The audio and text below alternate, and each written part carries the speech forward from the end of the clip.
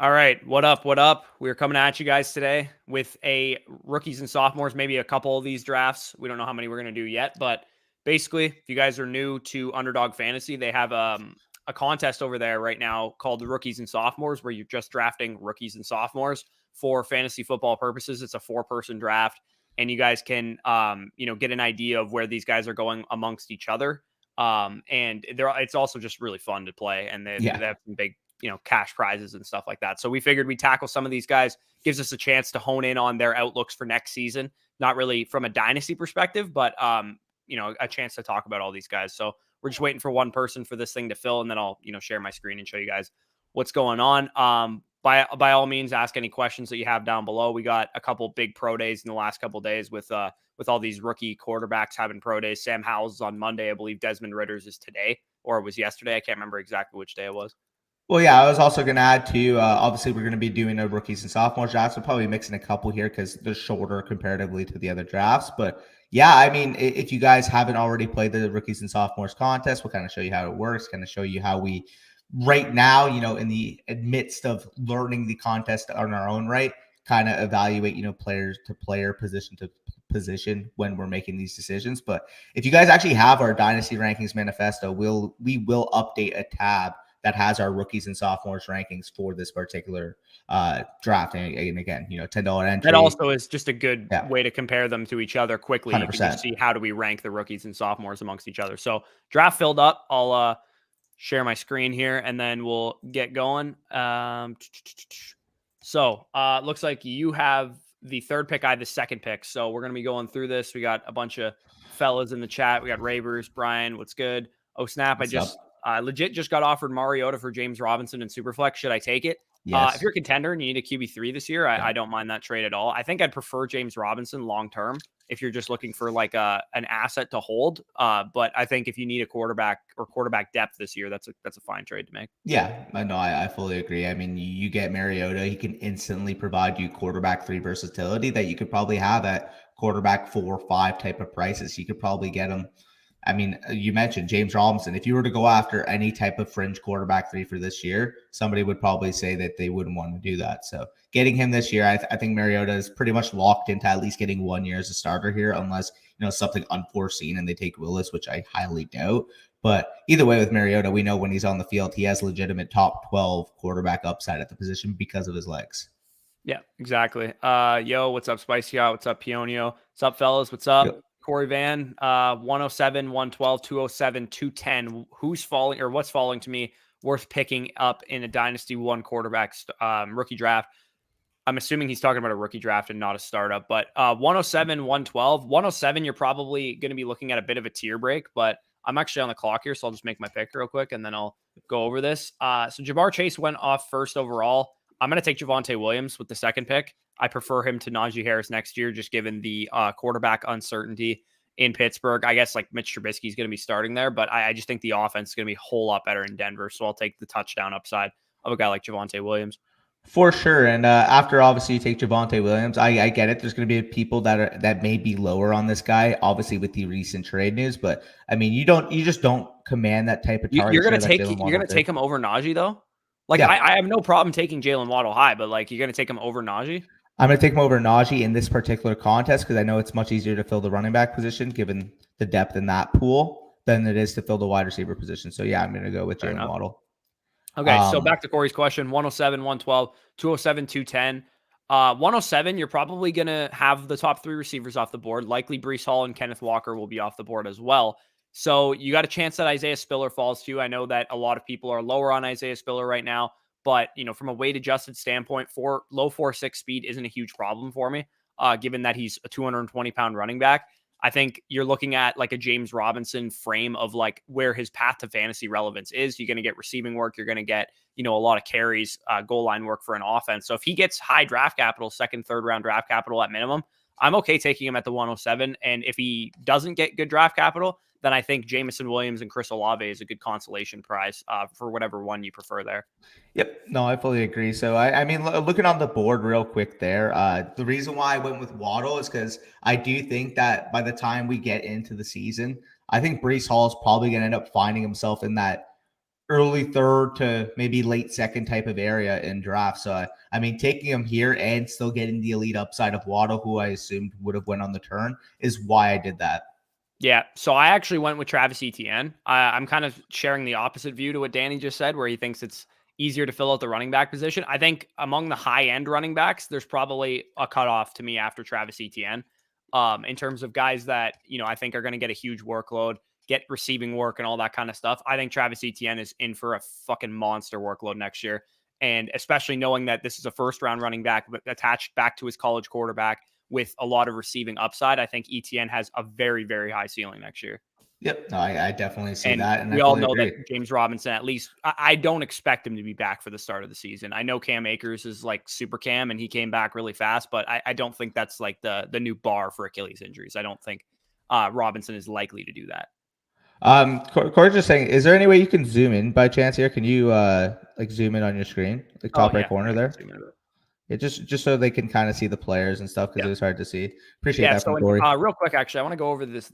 So the lineups are: you get a quarterback, a running back, 2 wide receivers, and a flex, and then 7 bench spots. And it is a 4-person draft, like I mentioned. So that is how the lineups work. I can't believe Kyle Pitts fell, so I'm going to take Kyle Pitts. I didn't think he was going to fall to me at all, so I'll definitely take that one. And back to Corey's question, 112, 207, 210. Again, the strength of this draft class is wide receivers. At 112, you're probably looking at, George Pickens, Christian Watson, Jahan Dotson type in a 1 quarterback format. Or if you need, more upside at quarterback, I don't think that's too early to take Malik Willis at 112 in a 1 quarterback draft. 207 and 210, again, you're probably looking more so at dart throw wide receivers, or maybe you want to go after like a Zamir White, Brian Robinson type if they get good draft capital. Yep. No, I definitely agree with that. And you mentioned Kyle Pitts was the tier break for you. Well, I saw Elijah Moore. I mean, Devante Smith is relatively close, but if you guys have been following us for a while now, you know our thoughts on the potential of this Jets offense. We do think that Zach Wilson is going to improve going into his second year. Elijah Moore was legitimately one of the best performing rookie wide receivers that we've seen in a few years. And yeah, I mean, it's a strong wide receiver pool that he's competing with, but that is how talented and that's how good and efficient Elijah Moore was before his injury last year. So I'm happy to get him there. I was hoping Zach Wilson was going to fall, but I don't know why I thought Zach Wilson would fall to me, because I knew that wasn't probably going to I was taking him. I'm going to actually go with Malik Willis. I'm hearing rumblings now that apparently he might actually be the 2nd overall pick with Detroit. And if that's the case, maybe he's not going to start all year. But, I mean, when he does go in, we know the rushing potential that he has at hand there. So if he gets high draft capital, if he gets in a situation, a nest, if you will, that Detroit represents, in my opinion, I'm excited. Yeah, I don't want to break your heart and take Monroe St. Brown here, so I'll go with Drake London. I'll take my wide receiver 1 in the rookie class over some of these other second-year wide receivers. Obviously, we also have Edward says 12-team Superflex PPR. Pitts is my tight end 1. Would you guys trade Higgins, Kittle 104, 2024 or 2023 second if the guy prefers, for Jamar Chase in the 108? So basically that's a lot to give up. And I think Edwards asked us about Jamar Chase questions before. I'm gonna make my pick here and then I'll kind of give my answer. So looking at my team, I don't have a quarterback yet, but everybody else has a quarterback, so there's really no need for me to take one. At this point, I'll just settle on like a Mac Jones late, I think. So I'm actually going to go with Garrett Wilson here because I expect him to get very, very high draft capital in the actual NFL draft as well. So I think if he goes, 8th overall to the Falcons or 10th overall to the Jets or something, I think he's going to be on the field, very early in his NFL career and a guy that can contribute big time for me. So back to Edward's question after Danny makes his pick, actually. Well, I was just going to say, I'm not going to lie. I was actually considering going with Mac Jones, but I'm not going to take him. I'm going to give you that due respect back. So, you can get Mac Jones here. Yeah. So as far as that trade's concerned, Edward, I still think that's too much to give up. I don't view a huge, like Higgins in the 104. Like if you just break that down, is that enough for Jamar Chase? Probably, but I don't think Higgins and Chase are that far apart to the point that you would need to give up a top 5 pick. And Kittle, for the 108, I would rather have George Kittle. 2024, second, or 2023 second as well, kind of goes all into that. But Higgins and Chase to me are not all that far apart from a dynasty perspective. Yeah, it's just tough because, I mean, with Chase, you get that quote unquote untouchable asset that realistically, no matter what, anybody in your league is going to be willing to pay a haul for. But I don't know. I mean, from a value standpoint, like Higgins is an 1,100, 1,200 yard type of guy. I can see him, especially in that offense, up in that touchdown total as well to maybe the 8 to 10 type of range. And he should be a locked and loaded fringe type of wide receiver one for a while. It's tough because, I mean, with Chase, you're getting a 21-year-old player who legitimately was the league-breaking wide receiver that we saw from his teammate the year before in Justin Jefferson. And those two have pretty much separated themselves a first plus, probably even close to 2 firsts from any other receiver in Dynasty right now. Yeah, I agree. So it's one tough. quarterback, 12-man league. Where do you guys take Walker? I currently have Walker, I believe, is my 105 or 106 in quarterback. I can check that. You can check mine too if you. Yeah, if you in my rankings as well. But I'm actually on the clock again. I can wait on my second quarterback a little bit, I think. So I'm actually going to go with Chris Olave, who I expect to get pretty high draft capital as well. I've kind of built out my team, my wide receiver core, at least just based on these rookies. Because I think the sophomore guys are, rightfully so. It was a really good class last year. I think they're a little overvalued relative to the rookies. I think the rookies should be mixed in a little bit more heavily than they're being mixed in. Because I think London and Wilson, Olave, and some of these guys definitely deserve to be in consideration just next year with some of these guys. I know they're rookie wide receivers, but I mean, we've seen a number of draft classes buck that trend by now. Oh, shit. I didn't realize this one. Okay, I got drafted Kenny Pickett. Either way, I mean, Kenny Pickett, he should be a starting quarterback. Got my quarterback too. Maybe Malik doesn't start right away. Not bad there. And then I'm looking here. I mean, Jameson Williams is on the board here. I'm going to take Jameson Williams.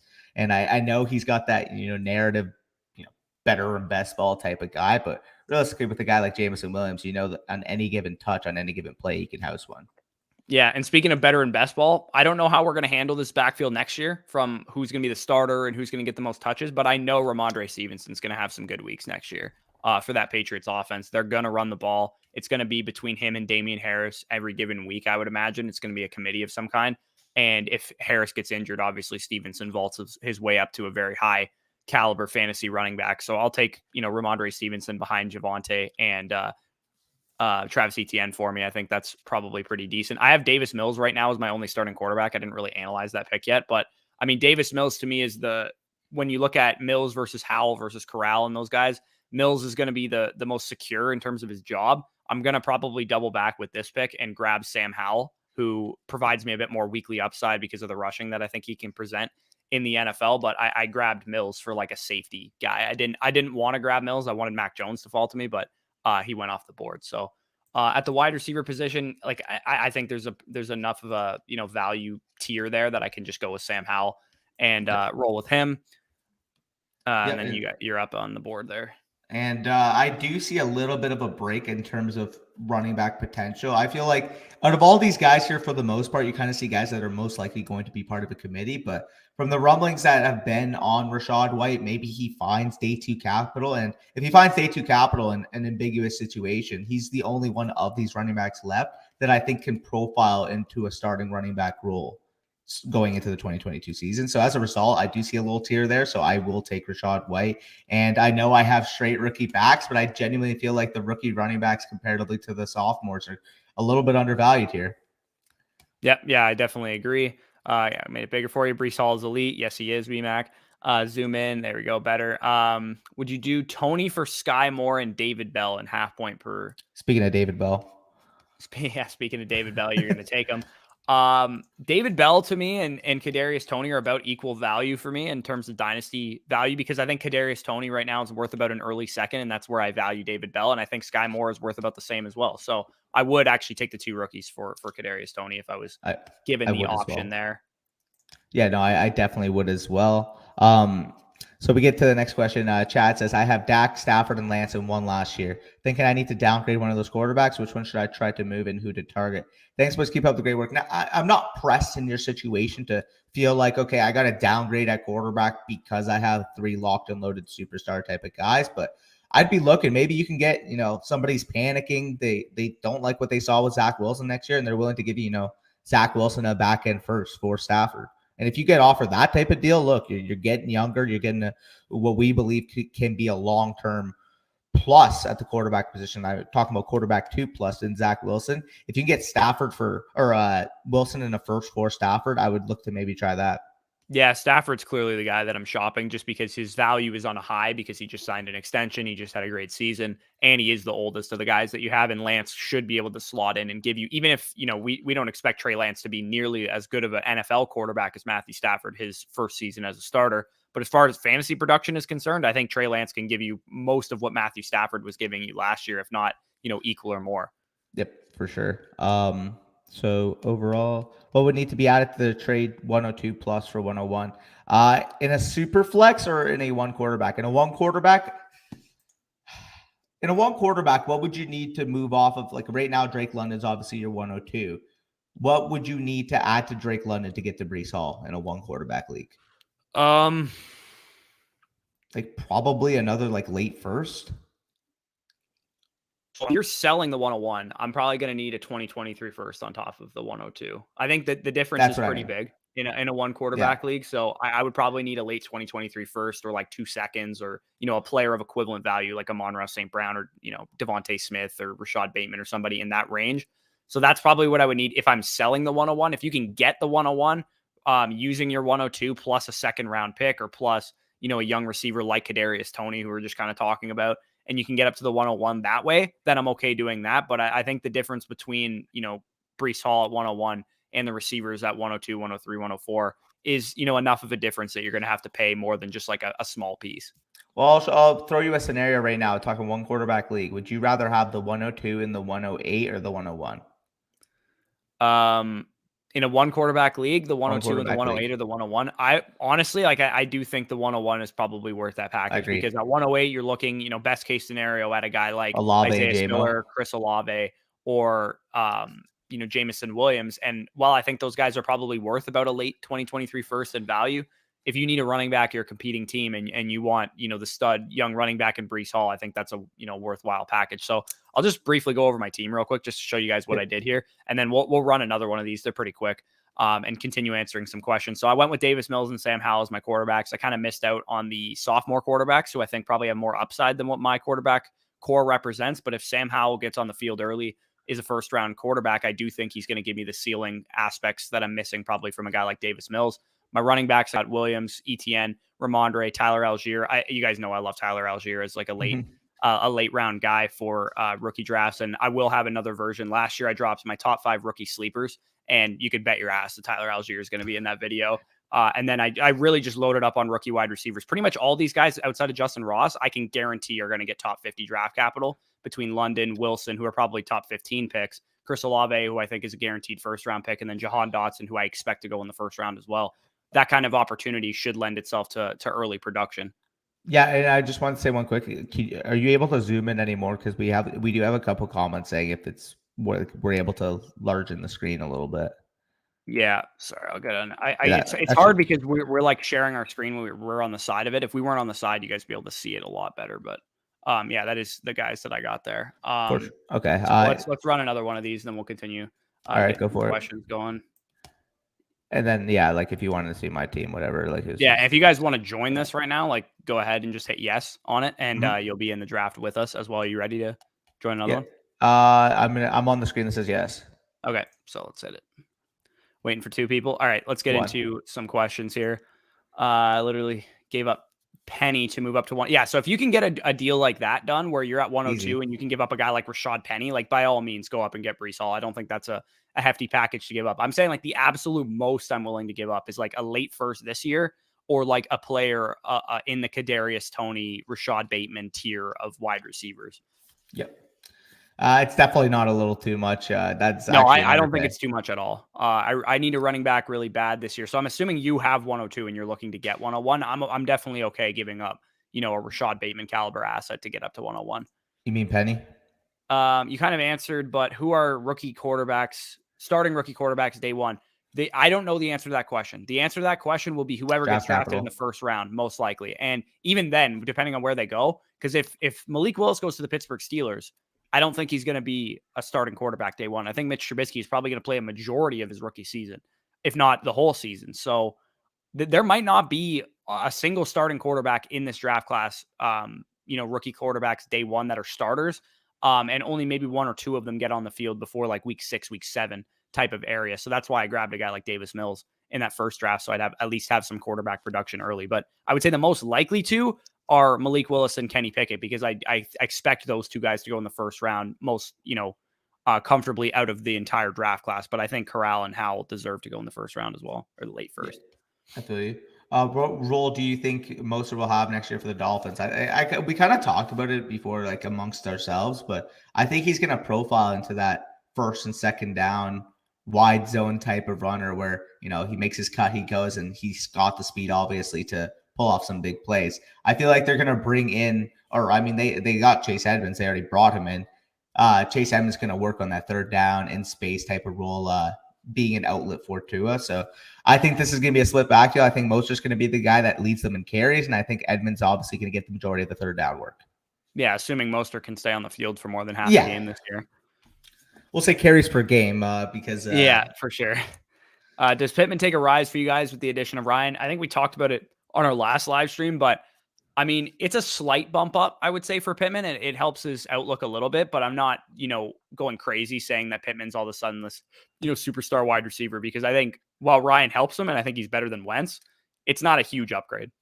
Yeah, I mean, at the end of the day here, like I don't mind Pittman because he at least showed last year that he can earn targets, and he can earn targets at a decently high rate. It's just I don't necessarily see him having a, like a top 12 type of ceiling. Do I think he can be, a back end wide receiver 2 type? Yeah, I'm sure of that. He can be your 1,000-yard, 5 to 6 touchdown type of guy, but I don't think he really has a ceiling to get even higher than that.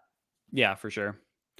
I have Eckler, Gibson, Mostert, and Carter in my Dynasty League, but I'm not sure if I need to add one more back. If you have, a early third round pick in your rookie draft or a late second round pick, and you want to add, Zamir White or Brian Robinson, or, if Tyler Algier gets day 3 capital or something, he might fall to that early third round range. I'm okay adding somebody like that. But I'm probably not going to, like, if you have like the 104 or something like that, I'm not going to force Kenneth Walker to be that pick, just because I think I need another running back. I think you just go best player available for the most part in a rookie draft. But once you get outside the top, 15 to 20 players or so, I do think there's really no consensus or best player available. And you can kind of go more so to positional need if you're taking dart throws, because this draft class is really strange because not only do we not have a lot of elite high-end talent at the top, there's only like a couple names that come to mind, but after pick 20 or so, like, you could realistically make the argument for 4th round players going at the back of the second, early third round. Yeah, no, I definitely could see that happening. Mostert will sit on the bench. That's the worry. Penny, yeah, no, exactly. Penny's literally old as heck, and he hasn't shown an inkling of being able to stay healthy. If you're telling me that's the difference between moving up from, as much as we love these wide receivers, to Breece Hall, you go and do it. Yeah, for sure. Agreed. I have Mills and Wilson, so don't necessarily need to draft a quarterback first or second round. Oh yeah. So he has the 107 and the 112 and that stuff. So if those, I don't know if those are your only 2 quarterbacks, because that's a little bit like sketchy. But I mean, you have 2 young guys. It's not really going to help you to add another young guy in that mix, I wouldn't imagine. So I'm okay just rolling with those guys. If you wanted to upgrade your quarterback position, you could probably just do that via trade. Yep. I agree. And yeah, I mean, the reason why Matt Ryan, I don't think that should be a hot take whatsoever. I think Matt Ryan's a much better quarterback than Carson Wentz. And if not better, he's at least less volatile. With Wentz, obviously, like you have the highlight plays mixed in there, but the problem with a guy like Wentz is that as much as he can make those highlight plays, I mean, he has plays where he'll completely let his team down. He has plays where, you need a win against the worst team in the league and you can't make the playoffs. Like from a Colts perspective, having that type of guy in the locker room just wasn't really kind of meshing well with their team. At least with Ryan, you kind of know what you're going to get. He's going to be, a sturdy veteran. He's going to get in there. He's going to be that team leader that I don't necessarily see them viewing Wentz in that type of regard. So from a volatility standpoint, yeah, I do think that Ryan does fit the Colts a lot better than Wentz did. Yeah, I think Ryan gives them like 110% of what Jimmy Garoppolo would have gave them if they traded for Jimmy Garoppolo instead of Matt Ryan. He says Ryan was absolute trash last year. I mean, I don't think Ryan was good. Going back to year. our He also had a way worse offensive line than he's going to have in Indianapolis. He also had no Calvin Ridley. He had a rookie tight end who was pretty much his only plus pass catcher outside of Cordero Patterson. So I'd give him the benefit of the doubt. I don't think I saw a guy that fell off a cliff or And even if we did, we saw Phillip Rivers fall off a cliff his last year in Los Angeles and then go to Indianapolis and have a little bit of a resurgence before he eventually retired. So could Matt Ryan be as good as 2020 Phillip Rivers was? I don't think that's out of the question at all. Yeah, no, it is funny because obviously you mentioned trash, but I mean we kind of went over it in the other live stream. But he's not good when pressure Is in his is face, there. yeah. Yeah, when I'm pressure just is gonna go there. with Devante again at this pick. I think Javante's just the best player. Is this good? Let me know if you guys need me to zoom in or zoom out more. You should be able to Yeah, see it. I know leave some feedback in the comments. yeah, the comments are a little large on the screen too, so that's a little bit of a problem. We'll try and make sure those aren't on the screen a ton of time. Maybe give them So my board next pick approach. here, do I want to do something different than I did, or do I want to roll with the same thing? Honestly, I'm gonna go with Kyle Pitts here. I don't know if he's gonna have a chance to fall to me, but I think Pitts is a guy that definitely deserves to go this high as well. Yeah, that's fair. Here, let me just get to some comments. He says, "What are your guys' opinions on Darnell Mooney? Is he a buy or a sell?" I don't think there's a definitive like buy him or sell him right now. I think he's more so a hold for me. I think he's properly valued as a wide receiver that showed a lot of promise last year. That has a good promising situation with a young quarterback and stuff. But I don't think he's necessarily a guy that I'm getting rid of because I think he's overvalued or absolutely buying low on. I think he's properly valued as it currently stands for me right now. It's fair. I think I can get Zach Wilson with my next pick, and ETN actually fell to me, so there's actually no chance I'm not passing on ETN here. Damn. What are your guys' opinions on Darnell Mooney? Is he a buy or a sell? I mean, he's shown an ability to earn targets. The only problem is the market value that he's currently at. He's ahead of guys that have legitimately either shown more promise or are legitimate, locked and loaded studs. I mean, at the end of the day here, if you're asking me right now, would I rather Michael Thomas or Darnell Mooney? I'm taking Michael Thomas, and the market would indicate that would be a poor decision because a lot of people would prefer Darnell Mooney. So if you can get Michael Thomas plus or, close to it, like a back end first, early second for Darnell Mooney, I would much rather that than Mooney. So as a result, he would be a sell for me. I'm on the clock. I wish you said that. Yeah, I wish you said I was on the clock. Go Wilson, I guess. I was hoping I'd get Garrett Wilson at my next pick, and he would go to New York, and I'd have the stack with him and Zach Wilson. Well, I guess I'm going to quote unquote lock down the Niners backfield. I'll just take Elijah Mitchell. Right. Oh, you got Trey Lance as well. Yeah. I'm actually considering going with Carter here because I have Wilson, but not bad. If Burks is here, I don't think I wanted Zach Wilson to fall because I got Elijah Moore. Oh, sorry. I sniped you and Carter just went. So I'm going to just take Treylon Burks here. Pretty easy pick. Hit the like button. Listen to Corey. Hit the like button. Do you how much do you think DK's stock has dropped? So in our startup that we're doing right now, DK went in like the late third round where he's typically an early third, late second round guy, probably this time last year, or even maybe in the mid second, early second at the high points. I think his stock has definitely fallen, but in Dynasty, I'm more likely to buy into a player's ability when you're as good as DK because things change quickly. And the Seattle Seahawks aren't a dumpster fire franchise that I don't think will figure things out. They've been historically the last, however many years, a good franchise. So I do expect them to figure out their quarterback situation either this year or next. Yep. No, I agree with you there. I don't want to take another running back, but I think Walker's guaranteed for high draft capital. So I'm going to go with Kenneth Walker here. The wide receivers to me kind of fell off after Tony and when I picked Burks there. Yeah. Bro, I don't think you watched Wentz in the list. Yeah. A lot for me. Are you adding something on top of DJ Moore to get Mark Andrews? I think they're pretty similarly valued players. If you have to add a third, then I'm okay doing that. Like if you really want the tight end advantage, if it's a tight end premium, I'm okay adding like an early second or something like that on top of DJ Moore. But if it's a non-tight end premium type of league, I think they're pretty equivalent in value right now. Yep. Just watch the the end of that game was horrific. There are my only two. If anything, Ryan is just a better fit for the Colts. Yeah, no, exactly. I do think he's a better fit for what the Colts are trying to do over there. Won it all last year, one quarterback league. Would you trade 112 and a late 2023 first to get Adams for more advantage depth, or would you keep the picks? I'll let you tackle this first. What are your thoughts on giving in a one quarterback league 112 and a late 2023 first to secure Adams? Well, I mean, as the winner last year, that is obviously going to continue to push you over the top and have a very, very highly valued wide receiver on your team, I'm okay giving up that package for Adams if I have a chance to go back to back. Yeah, no, I fully agree with that. I mean, if it was a super flex, it would be tougher because, I mean, in case like, something happened in that 2023 versus mid, it would come back to bite you. But I mean, in a one quarterback league, especially as you consider yourself trying to go back to back, like, yeah, like I don't mind parting with that type of package to get a guy who should be locked and loaded into the top 5 this year. And JMO and Sky Moore, you guys are fiends. Yeah, sorry. I went with so the video we did the other day talking about the mock drafts of Mel Kiper and Daniel Jeremiah, both of them had Jameson Williams going to the Patriots. So I secured a projected stack for myself with Mac Jones and Jameson Williams in that circumstance. I thought that was kind of like a fun thing to do. I'm not a huge Rondell Moore guy, but I think this is there's no, I'm not guy. going to take him here. I don't want to take him. I'm going with George Pickens instead. Screw it. Never mind.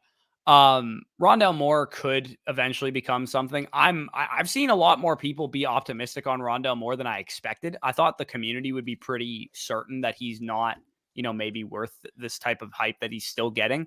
But people are still in on him. I'm if you guys have Rondell Moore, like I'm still looking to sell him because he's the perfect like upgrade. Like if whoever asked the question 102 to 101, if you can throw in Rondell Moore and get that done, like that's an easy trade to make. And people will buy into guys like Rondell Moore and Terrace Marshall just based on the biases they had pre-draft, when the most predictive thing that we have is not their prospect profile anymore. It's how they were as rookies. Yep. No, I fully agree with you there. Going with Dotson again. I can't believe like a first round caliber receiver is going after the likes of Josh Palmer and like around Amari Rogers. Like I can't, like Jahan Dotson's going to go in the first round of the NFL draft for my money based on everything that I've seen. Teams talk about Mel Kipers and Jeremiah's, like they all seem dead set that this dude's a first round wide receiver.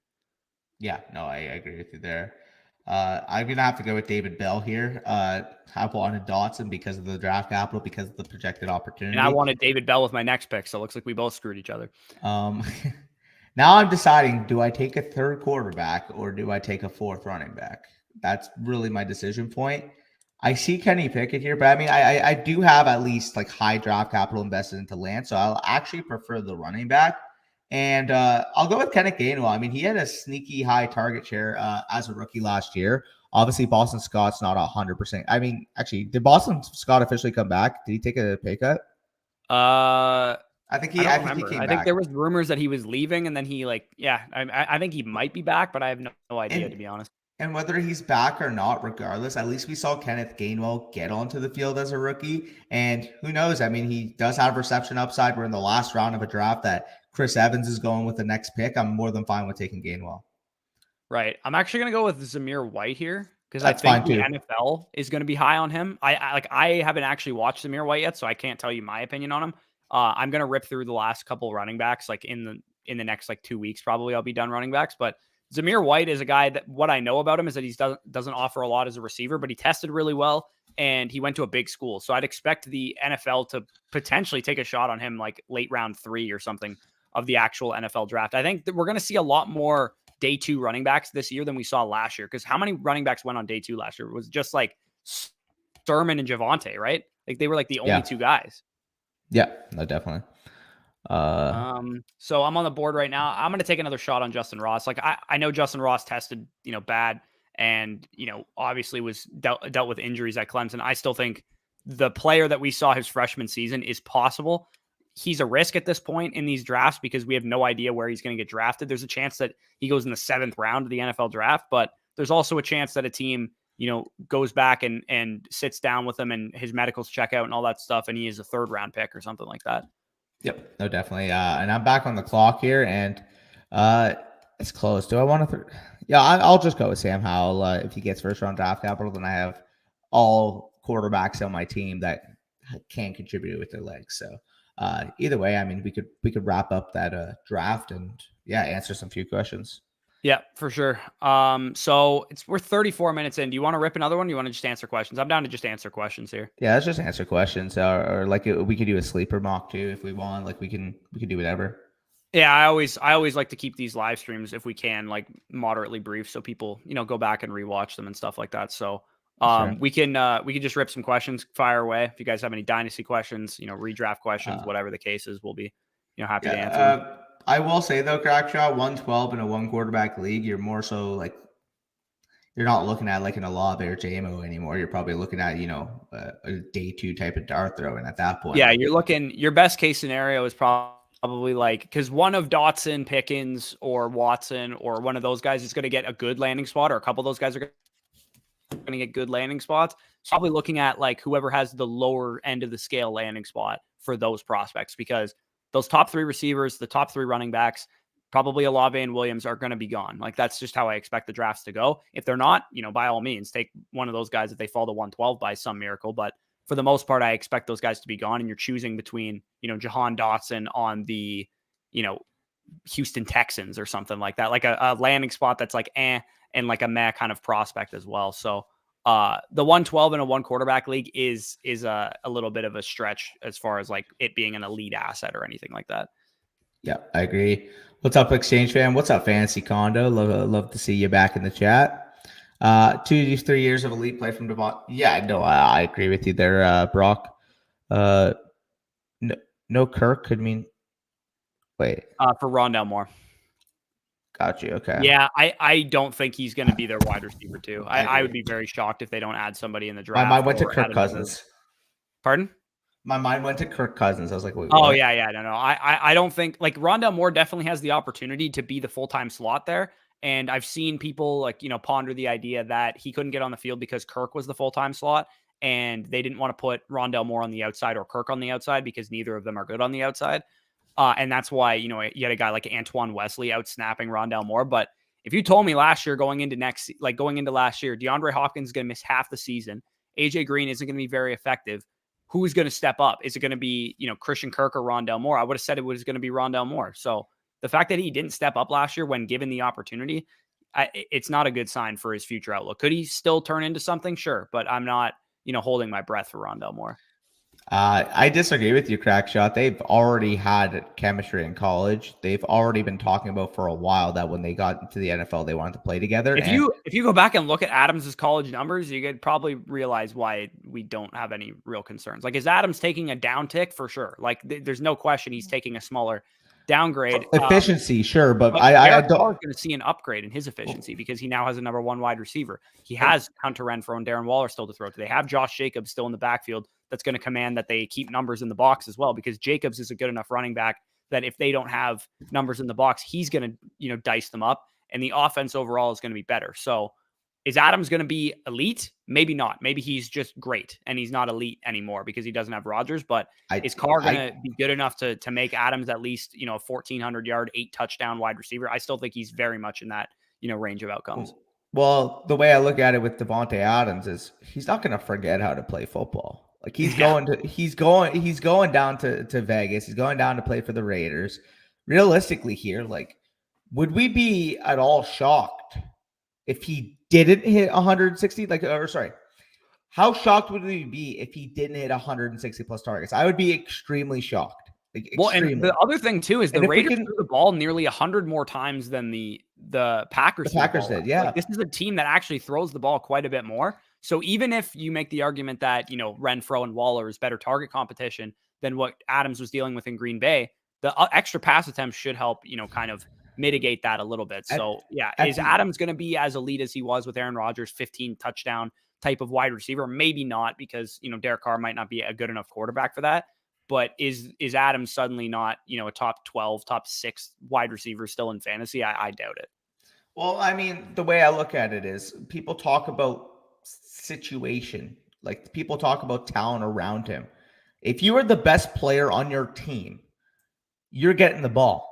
The ancillary targets, the extra targets are going to be spread around accordingly, but you are getting your piece of the pie. You're not just, oh no, he's in a tougher situation, he's going to get affected.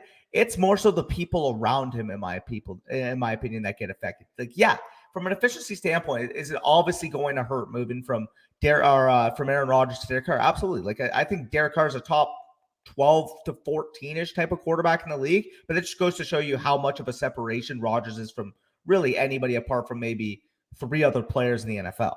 So, I mean, it just kind of goes to show you that yeah, like the efficiency is not going to be obviously as good, but the target volume like should be there. Like if Devante Adams doesn't get 160, 170 targets, I would be heavily surprised. And you could throw an average wide receiver and say, here, we're going to give you 160, 170 targets, and they're probably going to be a wide receiver one. Now you mentioned that unless your name's Allen Robinson. Yeah. And now you add in the fact that it's still Devante Adams we're speaking with. Like, I think his floor is probably like wide receiver 5, wide receiver Yeah, 6. I think we might get the effect of like how DeAndre Hopkins was a couple of years ago. I can't remember what year it was, where he was a wide receiver 1, a top 8 wide receiver, but it didn't feel like it. We could see that from Adams this year, but that's like his floor, right? Like he's not going to get any worse than that. If he has 17 points per game in PPR this year, that'll definitely be a disappointment relative to how he's been, but it'll still be very good, obviously.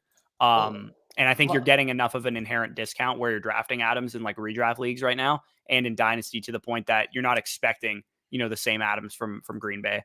12 team super flex. I have the 107, 110.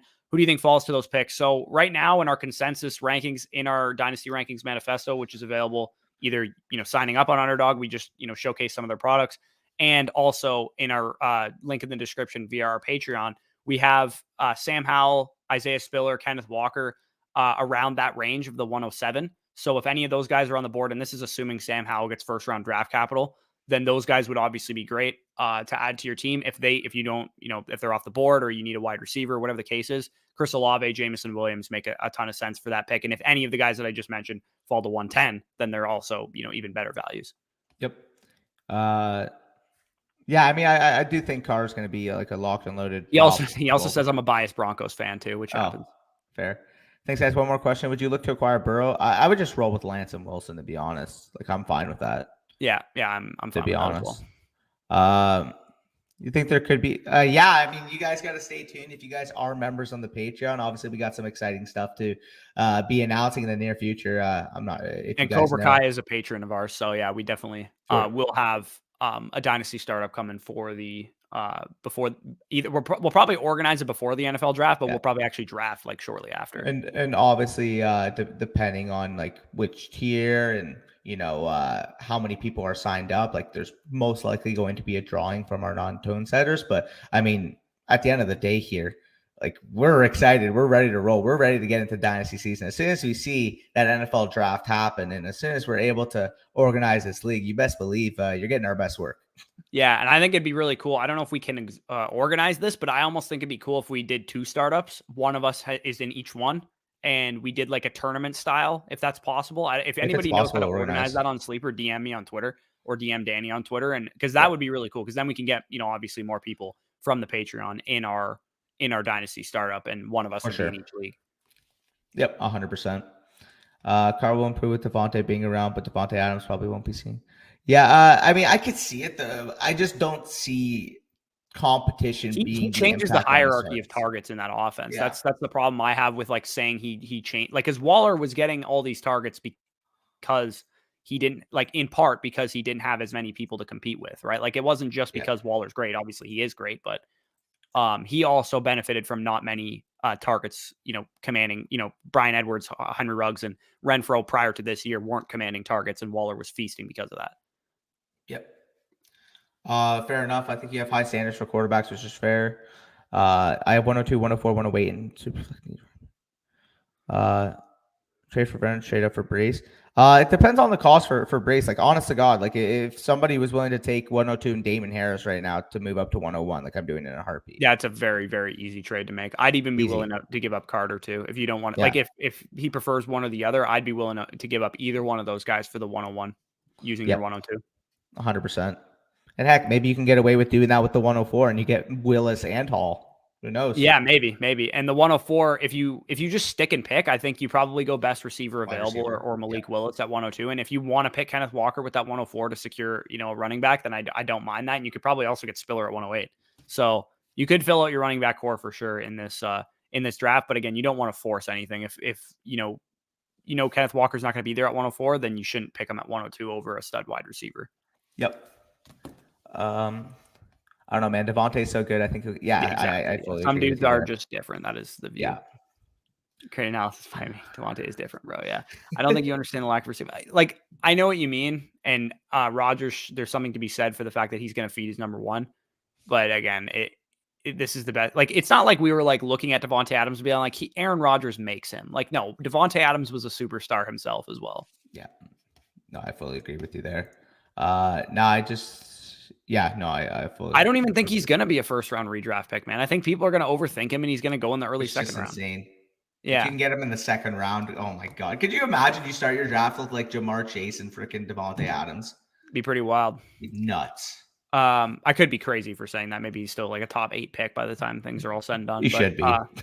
Ryan, Carr, Russell Wilson, Tannehill. How would you rate these quarterbacks based on one quarterback non-superflex format?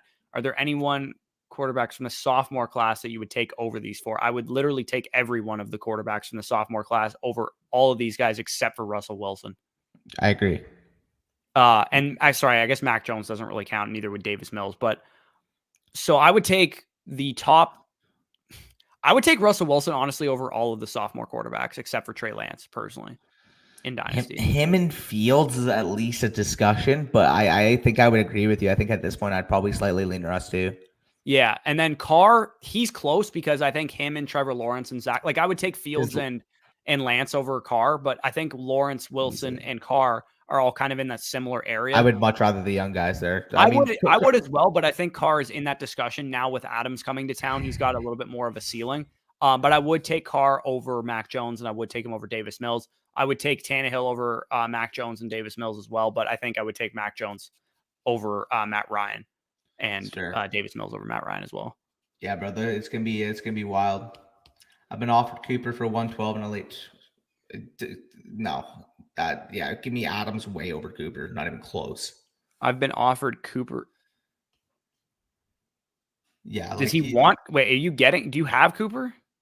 He has the picks. He was talking about earlier about the Adams. Yeah, no, you need a better receiver. If you're going to give up 2 firsts like that, I need a better receiver. Like if I give up 2 firsts, even though they're late for any asset, they need to move the needle. And Amari Cooper absolutely does not move the needle to the point that I would rather have the picks. But if you can get what is the lowest caliber wide receiver you would trade 2 late first round picks? Let's assume, his late first, he was a contender this year. He won the championship. Let's assume that's 109 to 112. What's the lowest caliber of receiver you're willing to trade for with those picks?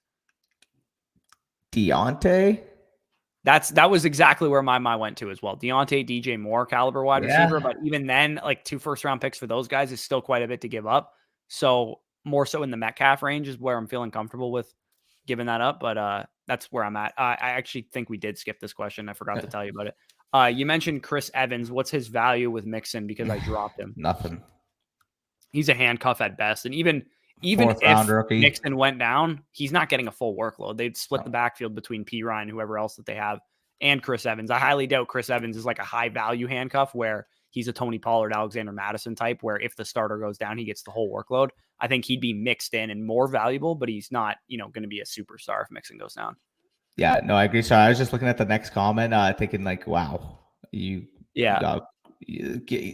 me ETN side all day here, all day. Let's just I would take ETNs this package straight up for ETN. I don't even need Njoku and Beasley. They're just throw-ins. Easily. I mean, realistically, I would probably have needed Zach Ertz and MVS to be at minimum a late mid type of first to even consider this.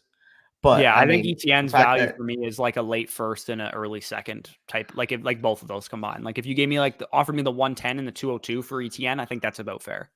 Yeah, for example though, let's just look at it, right? If ETN were in this draft class, at worst you can say he's 105, 106. At worst, in my opinion, probably take him 102. That's what I'm saying. Maybe 103 because of Malik Willis, but man, he's the second best running back in this class. Crackshot's got a lot of disagreements with us on here. He goes, I like the Earth side. I mean, he does mention it's a 2x tight end premium, which Ertz, I think Ertz is one of the best, contending pieces you can grab in a tight end premium, because is he going to cost you something? Sure. He's not going to be free, but he is going to be, I think, more productive than what you're going to give up if you're a contending type of team in a tight end premium format. I know in one league that I have 2 tight ends, you start 2 tight ends in. I'm trying to acquire Ertz as my second tight end because he's a guy that I can get for relatively cheap that I can use to compete with this year. Jared says, okay, right on. Decline the Cooper offer. I love next year's class. That's why I was asking about Adams. Thanks so much. Yeah. But like in a one quarterback league, a late first in next year's class is still going to be a late first in next year's class. While their class, like next year's class is better than this class, it's still not going to be Jordan Addison, Jackson Smith, and Jigba, or maybe Keyshawn Boutte falls to there because he's got some issue with his like ankle or something like that now. But what you're looking at in next year's class is still going to be like Chris Olave, Jameson Williams caliber prospects, I'd imagine. Yeah, at the end of the first round. I agree with you there. But I guess we're all caught up on comments so far. Yeah, true. So yeah, feel free to knock out any more comments we have. We'll probably sign off of here in a couple minutes. As always, shout out to Underdog. We're using their platform for this video. If you guys want our Dynasty rankings, you can get them on Patreon. Link is in the description for that. Or you can get them by signing up and depositing using promo code FSE on Underdog. You'll get 100% match back on whatever you deposit, $20, $40 you put on the site. You get, double that when you actually sign up. And then also you'll get our Dynasty rankings for free for doing that as a thank you.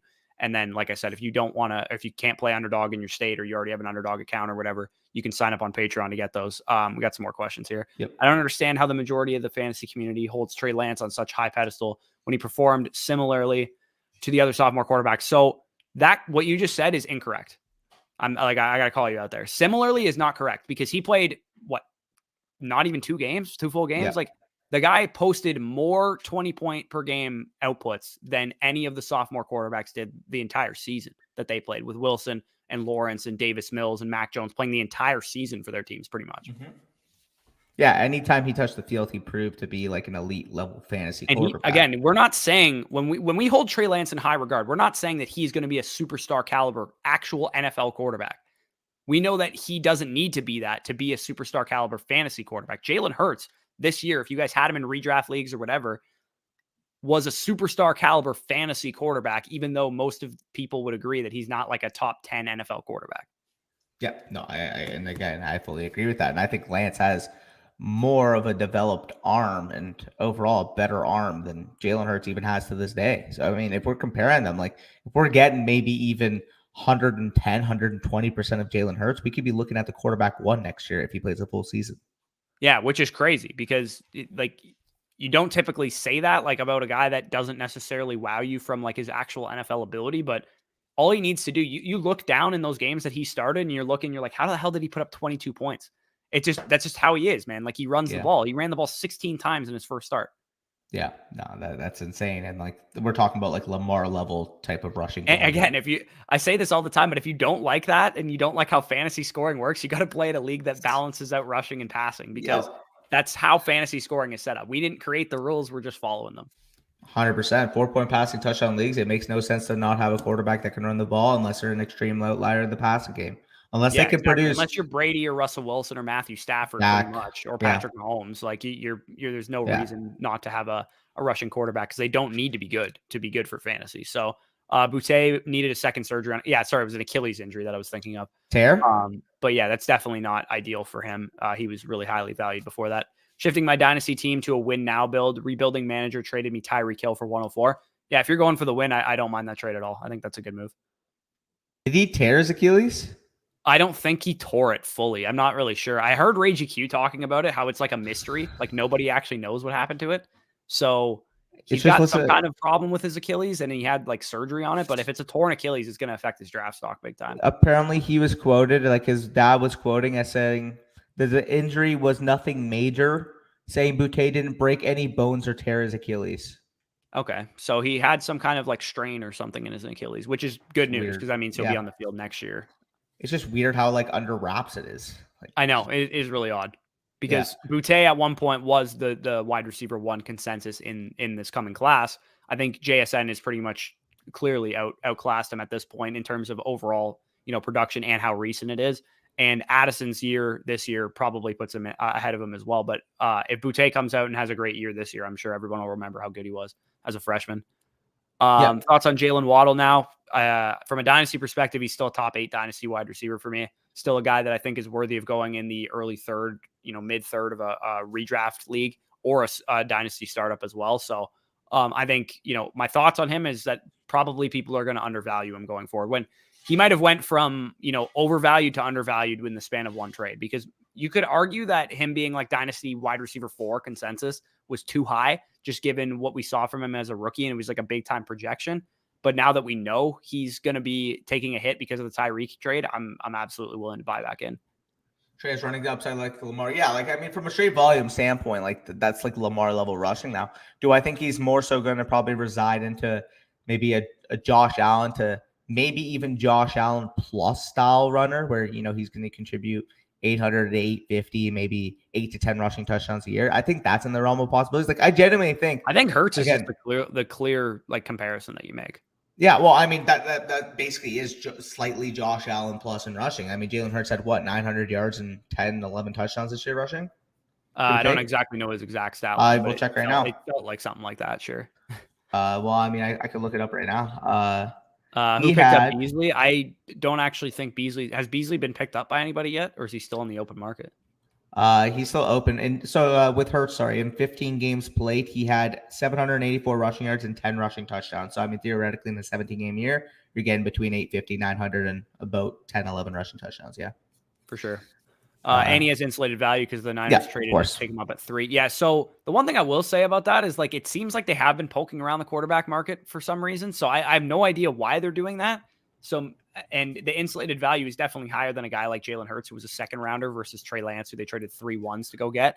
But it is weird to me that the 49ers keep poking around Tom Brady and keep poking around Deshaun Watson and go into these pro days and stuff too for these quarterbacks. It's really weird that they're doing that, but maybe they're just disguising and, being and doing their due diligence, because some of these teams will do their due diligence on these prospects coming out for when they hit free agency 4 years from now. Like, they don't actually intend on drafting them at all, but they want to know what they were like in college so that if they hit free agency 4 years down the road, they know what they're getting.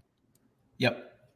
Superflex Howell versus Corral. I would rather have Howell because I'll take Howell, but it is going to depend where these guys get drafted. Because if Corral goes, 24th overall or some random, pick in the first round, and Sam Howell falls to round 3, then as much as I like Howell over Corral, I'm going to take Corral, because a first-round quarterback typically has way more value insulation, way more job security, is going to get on the field guaranteed, compared to a guy, unless you're Jordan Love, compared to a guy like Sam Howell, who, if he's a third-round quarterback, isn't going to get on the field guaranteed. And I think Sam Howell is going to be interesting because his pro day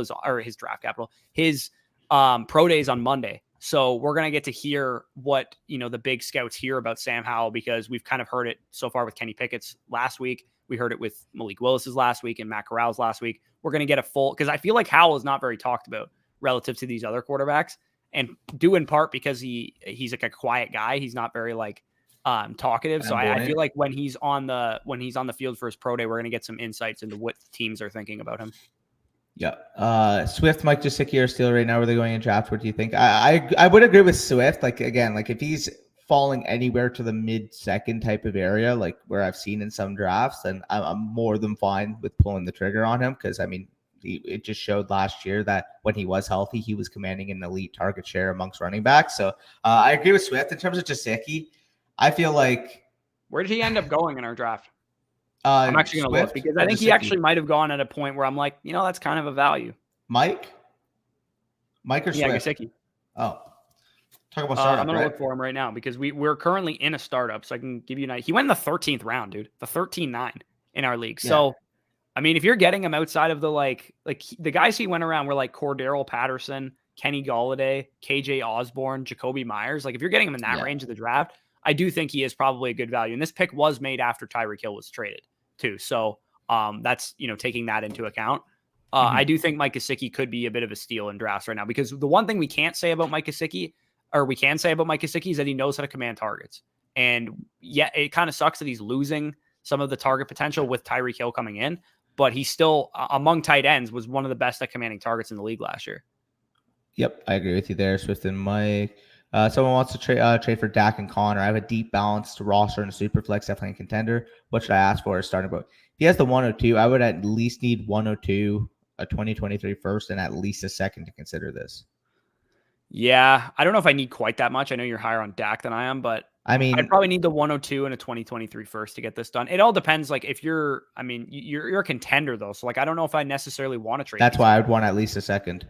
Yeah, like I don't know if I want to trade these guys if I'm a contender. If you were trying to like look towards a rebuild, I would say the 102 and a 2023 first would probably get it done for me. But if you're not looking towards a rebuild and you still want to stay competitive, then I'm probably gonna need a package like Danny Yeah. mentioned, where it's maybe perceived to be a bit of an overpay.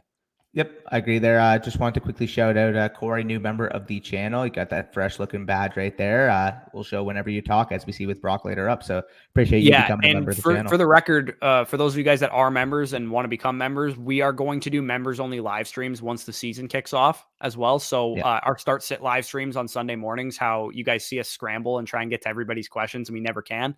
We're gonna starting next year, we're gonna do start sit live streams for members only. So that'll be a big time benefit, and it's really cheap to become a member. So that'll make sure you guys get your questions answered at that point. We're trying to think of what to do with it right now in the off season, but for now, it's just kind of a way to support us if you want to contribute a few bucks to the channel. Yep, and we appreciate all of you. So where did we leave? Yeah, I mean, to a degree with the injury, because I mean, obviously, like he broke out as a freshman. He was one of the best receivers in the country a couple years ago, and now he's been dealing with the injury. Obviously, we don't necessarily know what's going on with the Achilles. He's one that his next year will be very, very indicative of how the NFL will feel about him. Because if he has, a George Pickens type of year, where he misses the majority of the year, maybe comes back at the end, shows off a little bit, maybe he falls from now. In my opinion, he's probably locked in as a top 20 level pick. To if he missed a decent amount of time this year, I mean, we could be looking at a guy who falls out of round 1 entirely.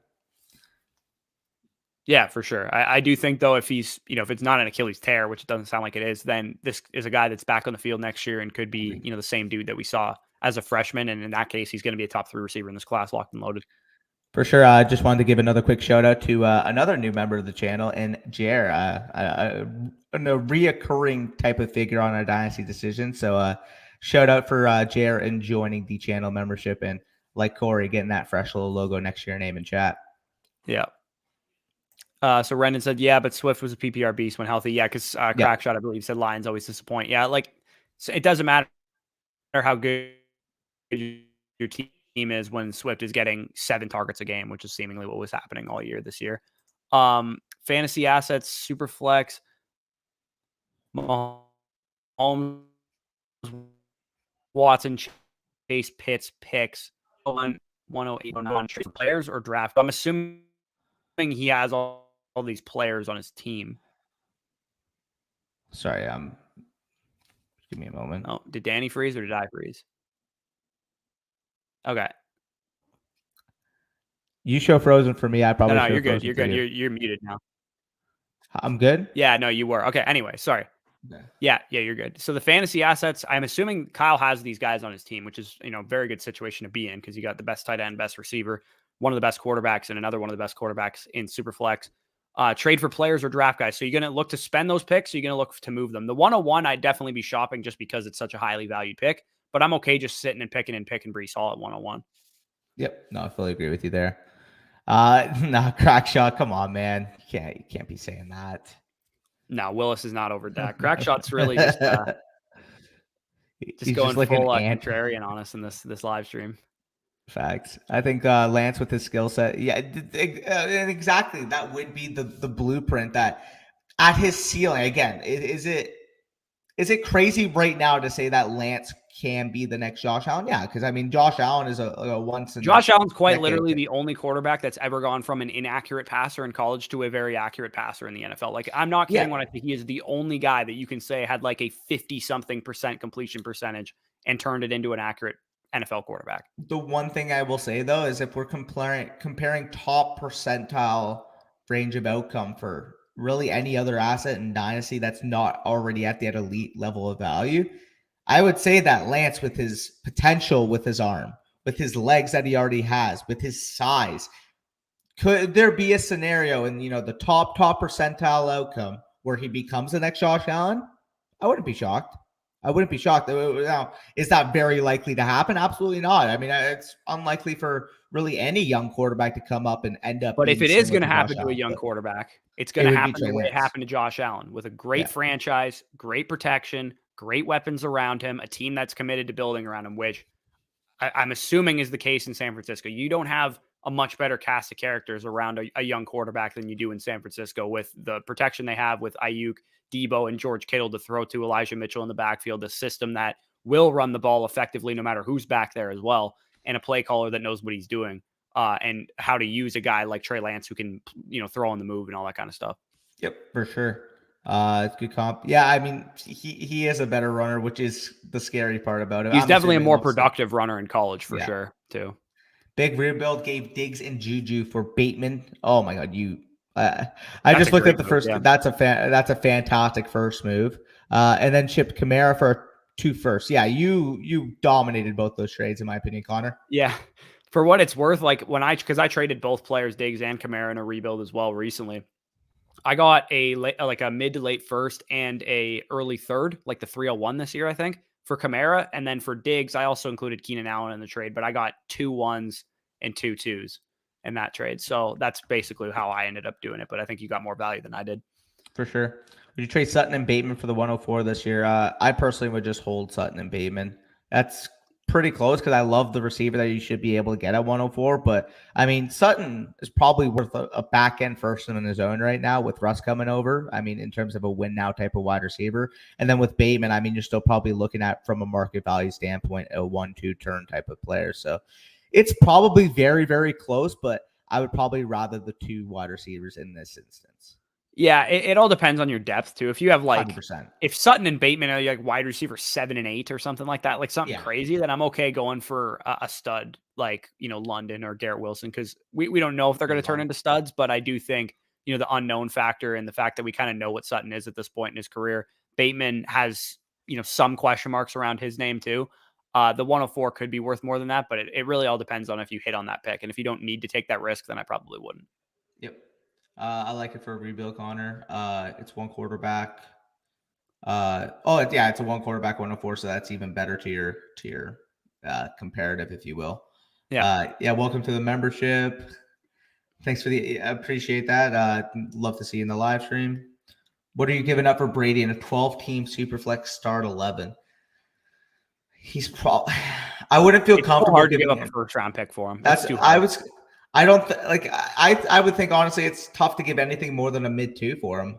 I'm okay giving up an early 2. If I have a chance to win you have to be winning the championship this year to make this move. Like, because Brady, 2-1 or Brady. There was floated rumors that Jason Light's I hope he plays another year. I'm sure Jason Light wants him to play 5 more years, but it's up to Brady whether he wants to play after this season. So I think you can only trade for this guy with the expectation he's giving you 1 year of very, very good production. In that case, I'm okay giving up like the 203, 204 for him. If you need him, so let's say you have like Zach Wilson, Trey Lance, and Trevor Lawrence as your quarterbacks, but you have a very, very good, really competitive team around them. You might not want to rely on those rookies right away or those sophomores right away. So you just add in a Tom Brady to give you that immediate production for 1 year. I'm okay giving up the 202, 203, 204 for that.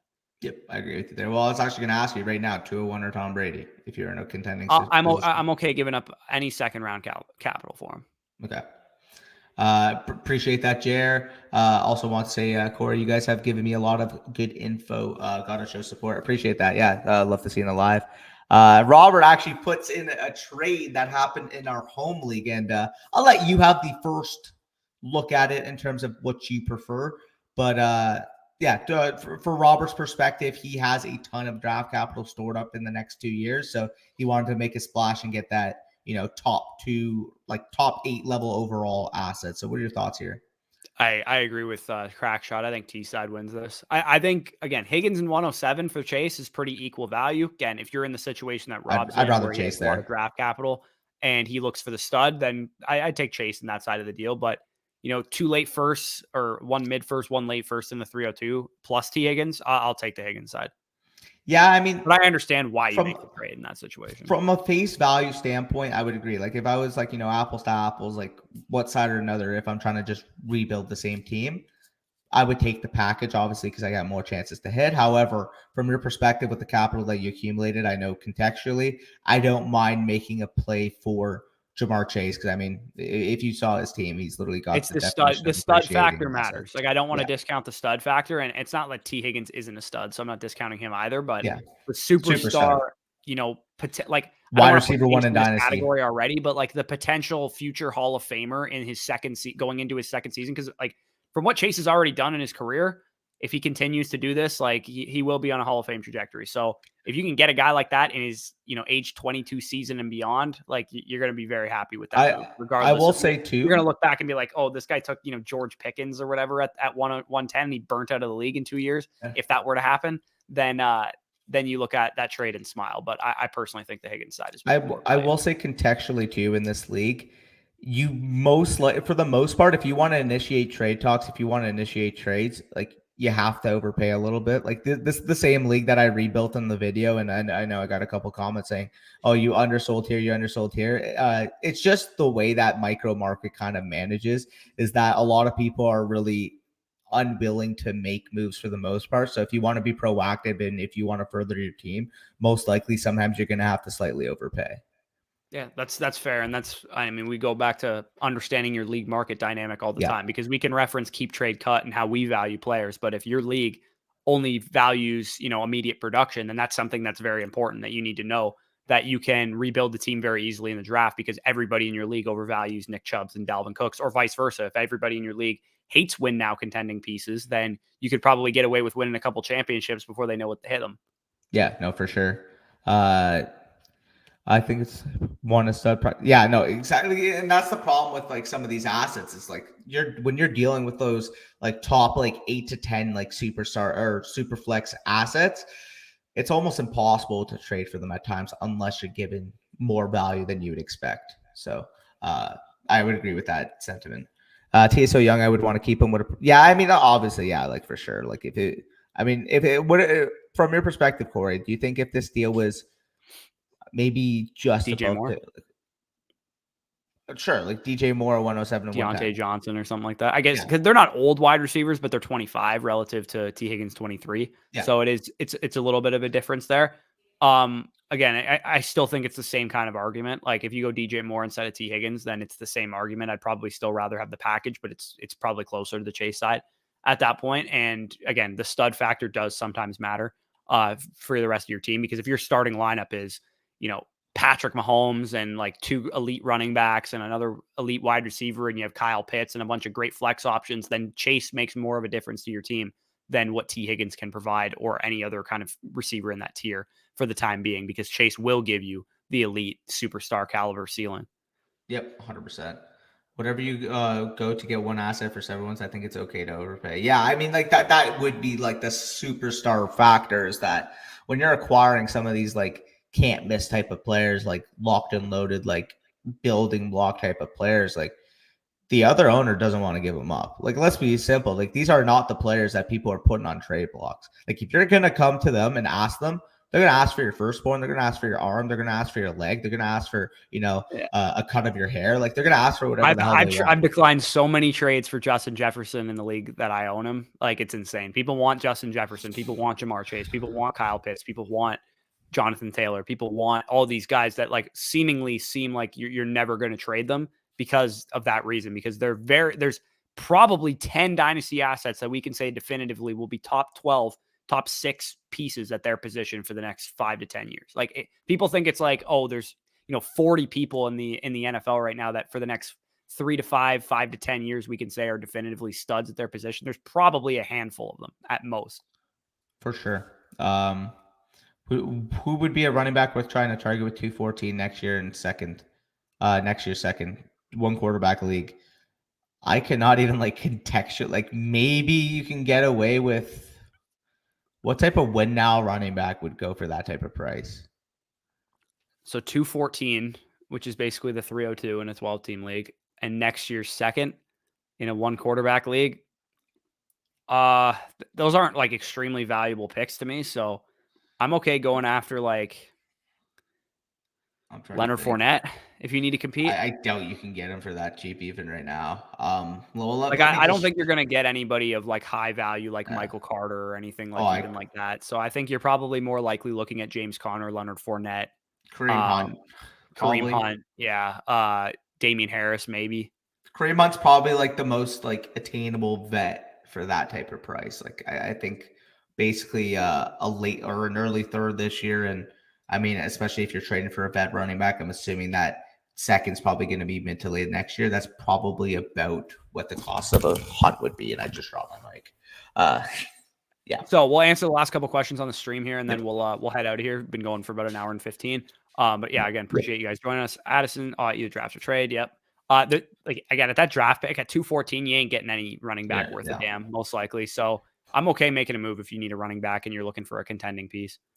Will members only live stream start sooner in the football season? Or yeah. So I mean, as of right now, we have enough time to get to all of your questions on regular live streams that we don't really need to do members only live streams, if that makes any sense. But during the season, when there's 120 of you guys in here Sunday morning asking us questions, we don't have time to get to all your questions, which is why the members only live stream is valuable from that perspective. Yep, for sure. Basically done one of my 12 team startups, start 11. Allen, Justin Jefferson. How'd you get Josh Allen and Justin Jefferson on the same team? How'd you also get AJ Brown too? Oh my God. Yeah. You ran makeshift on your league with those top assets. I'm assuming you probably moved futures. Let me just see. He's got all of his picks next year and 2 extra seconds. Yeah. Okay. So he went with the classic no running back move too. I love that. Dude, I swear to God, every time we go 0 running back, Damian Harris is the guy that we end up settling on to, because we both did this in recent startups as well, where we didn't take any running backs and we just are Damian Harris is falling, so I'll just take Damian Harris. I mean, especially in industry leagues, I get it. We're basically taking him when he falls, we're taking him around his value, because I mean, and overall, I feel going round 11, round 12 when we're picking him, so it's not like we're picking him high, but I think he deserves to go closer to the Michael Carter types that are going in round 7. Which I mean, I wouldn't take the Michael Carter types in round 7. So I would probably say that they're probably more so worth that 11, 12 that we're getting them. And it's just been an instance where we've been able to get them recently. So yeah. Yeah. Had to go value when no running backs. Yeah, perfect. Exactly. You have all your picks next year. You got some extra picks. You can always replenish your running back core next year. Taking that one extra year after the startup and replenishing your running back core in next year's draft is going to work out for you in the long term, because you clearly have a superstar caliber quarterback, wide receiver, and tight end. Yep. Core for your team. So Tony Pollard, maybe. Yeah. I mean, I'm not necessarily looking to move 2 second-round picks for a guy that I need an injury ahead of to rely on. I think I need a guy with a role right away that I'm going after. If you're a contender. So, yeah, if you're a contender. Value-wise, so I a Patriots running back, Leonard Fournette, James Conner, somebody like that. What value would you need for the 101? Okay, so if you have the 101, are you looking for 2 early to mid 2023 first get you off the 101 this year? Yes. Yeah, it would definitely get me off the 101. Easy. So I'm just curious. Well, I mean, that would be enough value for me. If somebody offered you an early first, and what other piece would you need to 1 early first plus to move off of the 101 this year? Would you need Amon-Ra? Would you need somebody better than that? Probably slightly. I don't think I would move off the 101 for an early 2023 first and Amon-Ra. I think I need Elijah Moore plus a 2023 first. I was thinking more so what about if someone came to you with Marquise Brown in a 2023 early first? I wouldn't move off the 101 for that. Unless you can guarantee me that pick is going to be top 3. This is a complete tanking team. I'm not moving off the 101 for anything other than a top 3 pick and a stud wide receiver like that. Or not a stud wide receiver, but a very solid wide receiver like that. Brandon Ayuk in a top 3 pick, I would move off of the 101 for that. But that, again, that is the baseline that I'm moving off of it. If you can give me 2 2023 first, one's early, one's late, again, that's probably about fair value as well. But I'm okay just holding the 101, because there's a good chance that Breece Hall is going to be worth more than that after halfway through his rookie season. Yep. No, I agree with that. Thinking about trading Gibson for picks, and if you could trade Gibson for Hall right now, go do that. Give me Hall over Gibson for sure. Don't even think twice.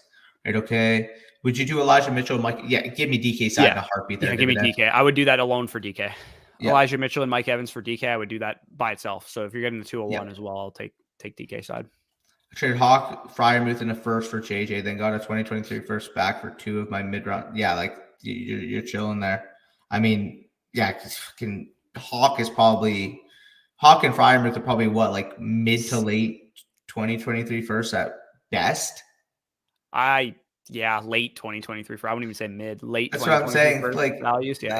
And I view JJ as at minimum an early to mid 2023 first and 2 extra firsts on top of that. So the fact that you're if you able to offered get me this, 2 early first for Justin Jefferson, I'd probably take it, but that's like where it starts. Yeah, no, I agree there. I mean, I would probably need more, actually, to be honest. I'd probably need a third, just because like Justin Jefferson's such an insulated asset that, and like he's going to be a first round starter pick next year. He's going to be a first round starter pick the year after. Really he's going to be probably a first round starter pick until he's 24. I mean, it wouldn't shock 25. me too if come his contract year, he wants out of Minnesota and he goes to a better situation too, which is always a chance of happening. I give Dalvin Cook, I get Kirk Cousins Steal and 108. Yeah, give me steal. Kirk and 108 easily. I'd say the 108 is probably just as valuable as Cook right now. Yeah, on the market. So yeah, yep, perfect. So and then Robert says, "Have a nice rest of the day, boys." Yep. You as well, Robert. So we're gonna head out of here. It's been about an hour and 20 minutes. Didn't plan on going this long, but you guys brought a lot of questions. So good, good conversation points. We will have, I believe I'll have Corral's tail of the tape tomorrow. So if you guys, want to know anything about Matt Corral, you guys can learn about him tomorrow. And then on Sunday, we'll have our Dynasty decisions as usual. So peace out, guys. We'll talk to you soon.